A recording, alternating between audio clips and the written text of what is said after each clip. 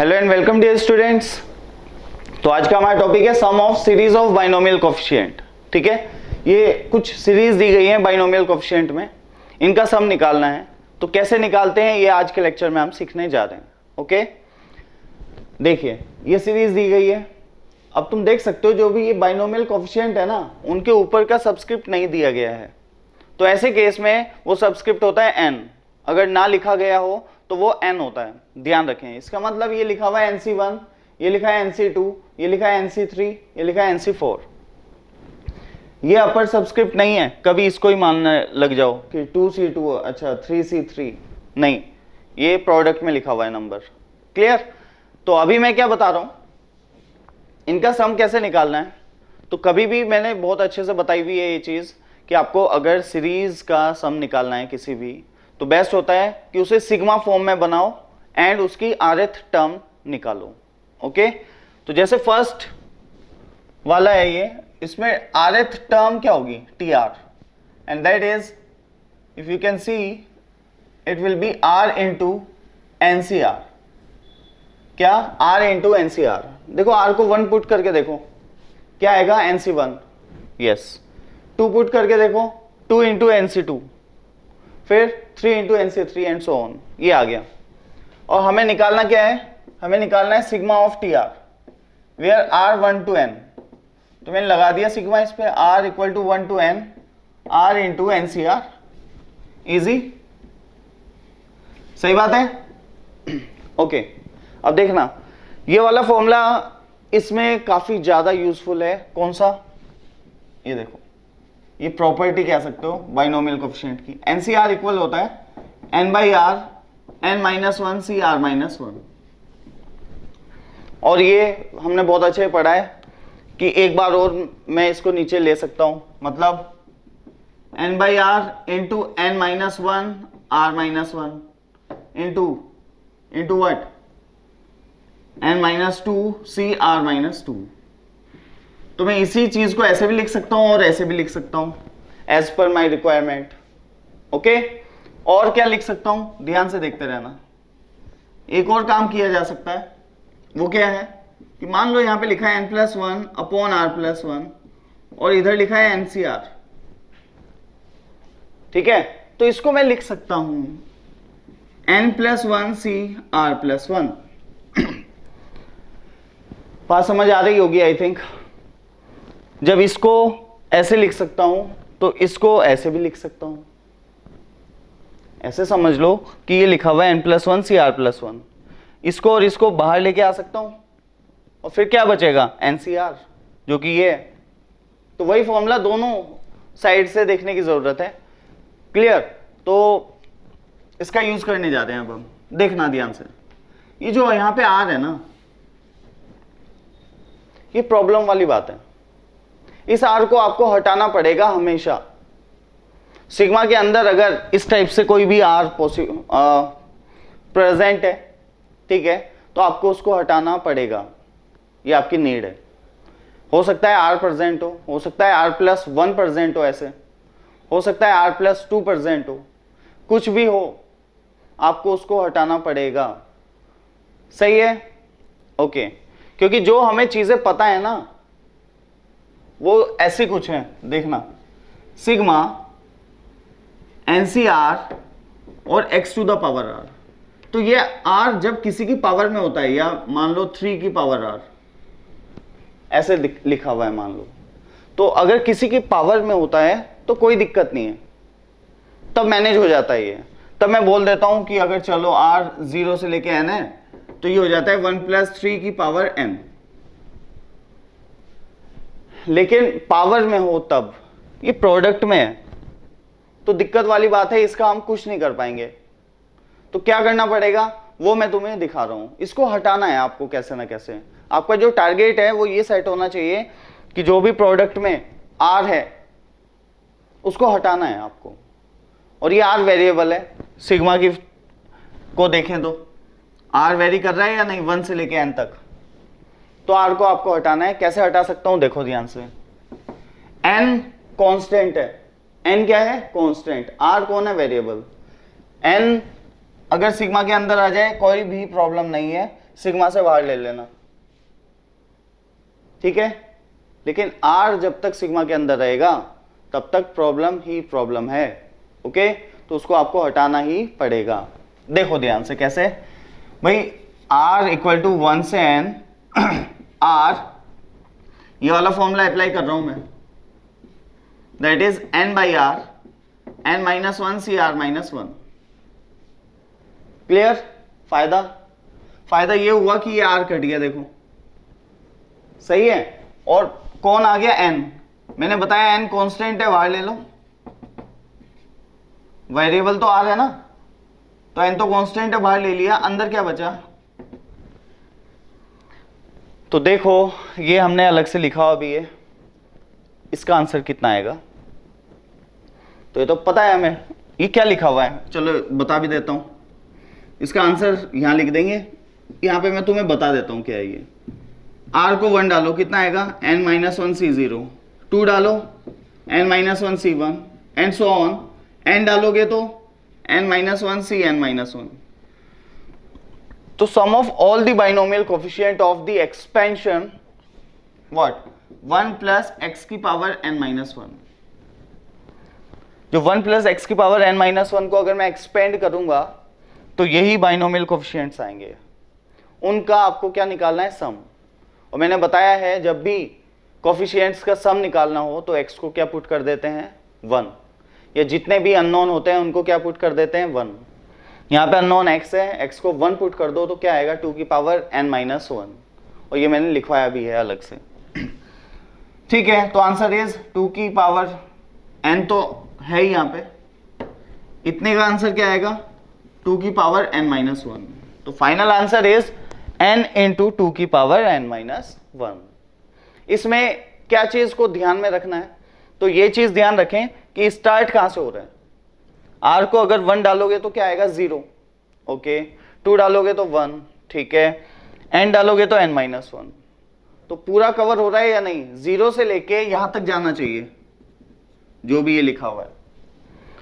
r को 1 डाला तो 0 है, बिल्कुल कोई दिक्कत ही नहीं है, और n डाला तो n माइनस 1। तो मतलब सारे के सारे बाइनोमियल कोफिशिएंट आ रहे हैं, तो कोई भी टेंशन नहीं है, सीधा लिख दिया 2 की पावर n माइनस 1, ठीक है। जब सारे के सारे बाइनोमियल कोफिशिएंट प्रेजेंट हो तो साफ सी बात है आंसर आने वाला है 2 की पावर समथिंग, और 2 की पावर समथिंग जो है वो ये जो c के ऊपर लिखा रहेगा, ठीक है, ओके। ये तो तुम्हें समझ आ गया होगा, आई थिंक पहले भी हमने देखा हुआ है। तो बिल्कुल बेसिक था, ये जो लिखा हुआ है वो ये था, और मुझे पता है सभी बाइनोमियल कोफिशिएंट का सम यहाँ से निकलता है। इसमें अगर मैं इसको एक्सपेंड करूंगा तो उसमें सारे बाइनोमियल कोफिशिएंट ये आएंगे, बस x भी आएगा साथ में, यहाँ पे x1, फिर x स्क्वायर, फिर x cube and so on. तो मैं x को अगर 1 डाल दूंगा तो ऑब्वियसली मुझे इसका सम मिल जाएगा, that is 2 to the power n minus 1। Clear? Okay. तो ये तो था फर्स्ट अपना। बस इन दोनों को याद रखना, हर क्वेश्चन में ये चीजें अप्लाई होंगी, इनको याद रखें। क्लियर? ओके। तो जल्दी से पॉज करके ये सारी चीजें नोट कर लो। ये क्वेश्चंस, ये जो फॉर्मूलाज मैंने यहाँ पे लिखे हैं इनको भी आप नोट कर लेना अभी, ओके। पहले तो कर रखे हैं बिल्कुल हमने, लेकिन यहाँ पे भी कर लेना, क्योंकि हर एक क्वेश्चन में अभी ये यूज होगा, okay. Okay, then pause the video and note it down fast. So guys next question देखते हैं जल्दी से, दैट इज दिस वन। इसकी भी डायरेक्ट टर्म डायरेक्ट कर रहा हूं, अब देखना ध्यान से। सिग्मा r 0 से लिख रहा हूं, 0 से लेके कहां तक? n तक। ये 0 है ना, 0 से लेके n तक। r की लिमिट जो लोअर सबस्क्रिप्ट कहां से कहां तक ट्रेवल कर रहा है उससे लिख लो तो ज्यादा बेटर है, ठीक है। लोअर सबस्क्रिप्ट पहले था 1 से n तक, तो वहां पे 1 से n लिया r की लिमिट। यहाँ पे 0 से n तक है तो कोई दिक्कत नहीं, 0 से n ले लिया। अब देख लो सेकेंड में 2 आ रहा है, फिर यहाँ पे 3 आ रहा है, तो कैसे करें?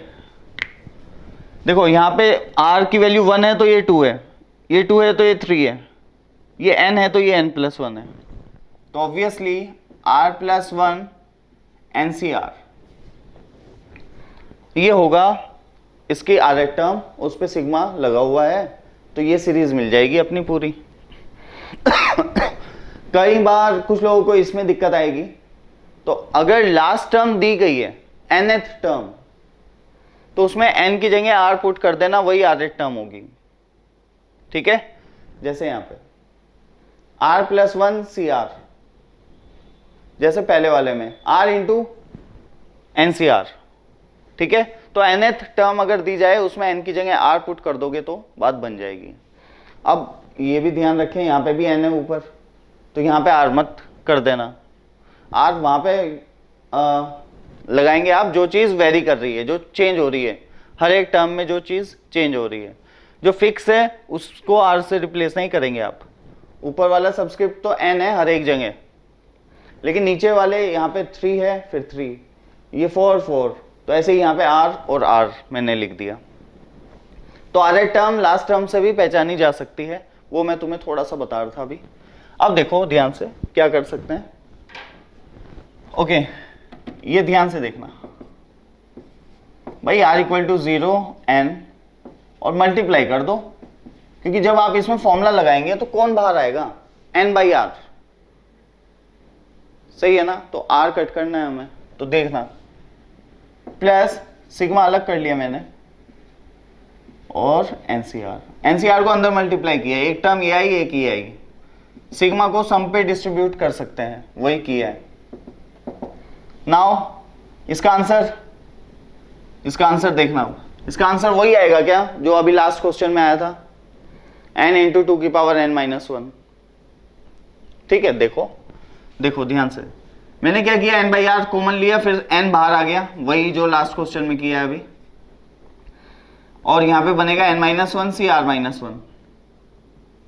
अभी ध्यान से, और ये कितना होता है, ये तो 2 की पावर n है, कहां से स्टार्ट हो रहा है, 0 से कहां तक जा रहा है, n तक।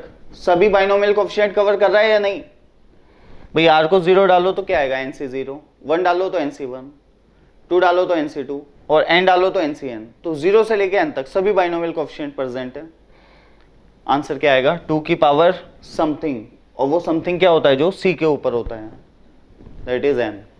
ठीक है, ओके, तो ये तो 2 की पावर n आ गया, लेकिन ये कितना आएगा, देखो r को 0 पुट करो, r को 0 पुट करो, ये तो यहाँ पे कितना बना, -1। क्या कभी NCR में n या r कोई नेगेटिव हो सकता है क्या, बिल्कुल नहीं। n भी ग्रेटर देन, हमेशा ग्रेटर देन 0 होता है, और r भी greater than and equal to 0 होता है, and n and r belongs to क्या होते हैं, इंटीजर से बिलोंग करते हैं, ग्रेटर देन 0 होता है n, 0 नहीं हो सकता n कभी भी, और r greater than and equal to 0, मतलब 0 भी हो सकता है और या उससे बड़ा होगा। ओके, और दूसरी चीज क्या होती है कि भाई ये जो r होना चाहिए ना, वो n से हमेशा छोटा या इक्वल होना चाहिए, तब भी काम चलेगा। ओके, बड़ा नहीं हो सकता r कभी भी, r की बात कर रहा हूं, r n से हमेशा छोटा ही होना चाहिए या इक्वल हो, तब भी चलेगा, बड़ा नहीं होना चाहिए। ओके, तो जैसे मैंने यहाँ पे 0 पुट किया तो ये -1 बन गया, तो कोई दिक्कत नहीं है, वो डिफाइन ही नहीं है, तो वो कोई भी कंट्रीब्यूशन नहीं करेगा, ये ध्यान रखना, कोई टेंशन की बात नहीं है।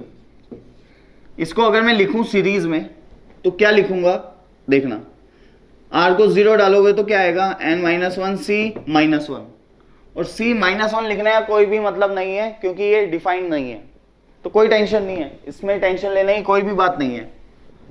आप उस टर्म को मत लिखो। अच्छा, r को 1 डालूंगा तो n-1 C 0 आएगा, 2 डालूंगा तो n-1 C 1 आएगा, एंड फाइनली क्या डालूंगा, n डालूंगा तो n-1 C n-1 आएगा। 2 की पावर n तो चल ही रहा है, तो कंप्लीट सीरीज है या नहीं मेरे पास, यस। तो फाइनली n इंटू 2 की पावर n-1, इसका तो 2 की पावर n-1 होता है, प्लस 2 की पावर n। इसमें एक और काम कर सकता हूं, 2 की पावर n-1 को कॉमन ले सकता हूं, और आएगा n+2। तो 2 की power n-1 into n+2 answer. Clear, very easy. Okay, तो जल्दी से इसे नोट करो आप।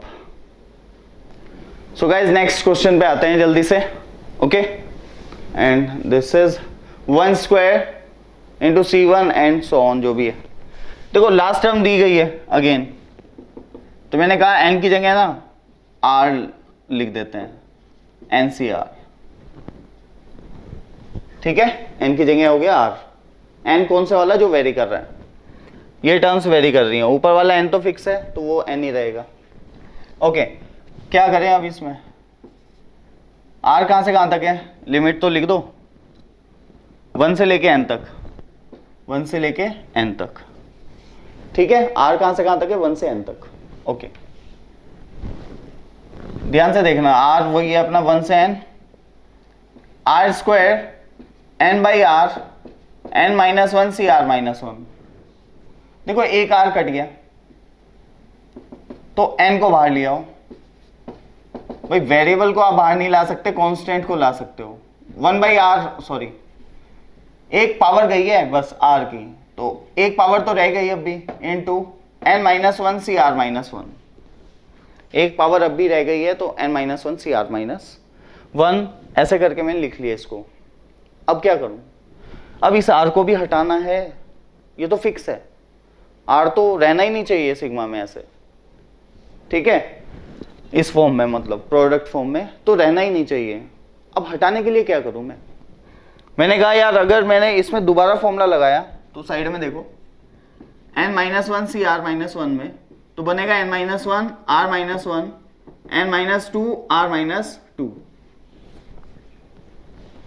सही बात है।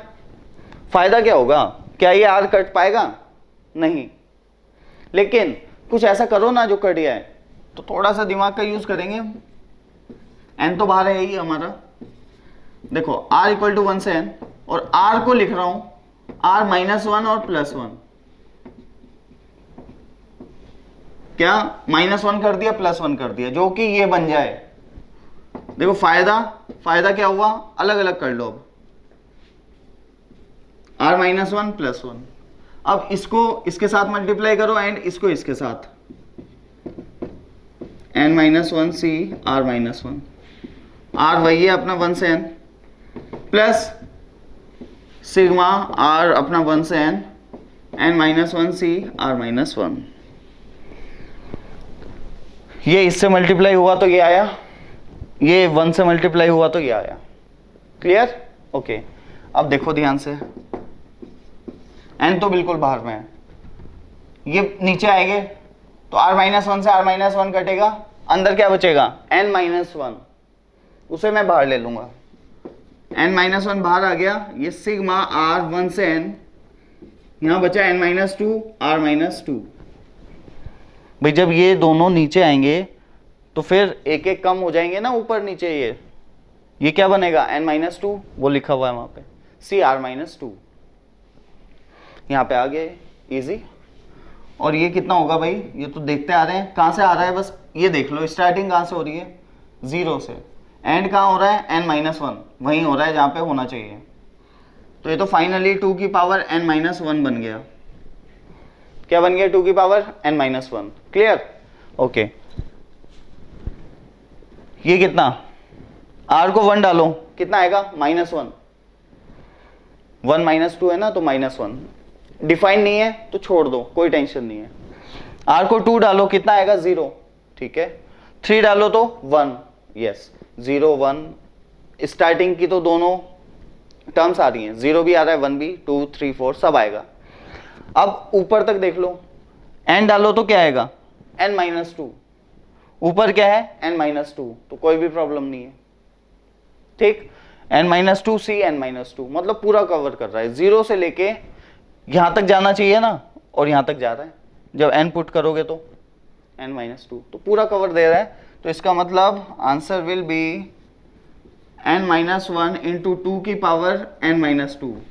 मैंने बताया ना, जब पूरा कवर हो रहा हो, 0 से लेके अपर सबस्क्रिप्ट तक सारे बाइनोमियल कोएफिशिएंट हो, तो आंसर क्या आ जाता है, 2 की पावर something, and where something is this upper subscript of c।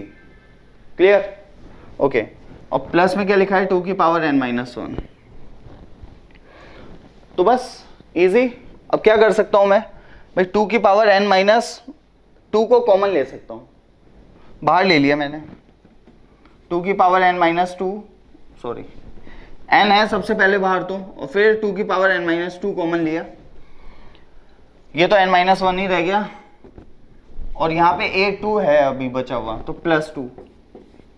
तो फाइनली n इंटू ये क्या बनेगा, n+1, n+1 2 की पावर n-2, 2 की पावर n-2, ये फाइनल हमारा आंसर आ गया। तो आई होप सबको बहुत अच्छे से समझ आया होगा कि कैसे करना है कैसे नहीं करना है। अभी और भी आगे हम क्वेश्चंस देखने जा रहे हैं और चीज़ें अच्छे से क्लियर हो जाएंगी। क्लियर है? Okay, done. Then pause the video and note it down fast.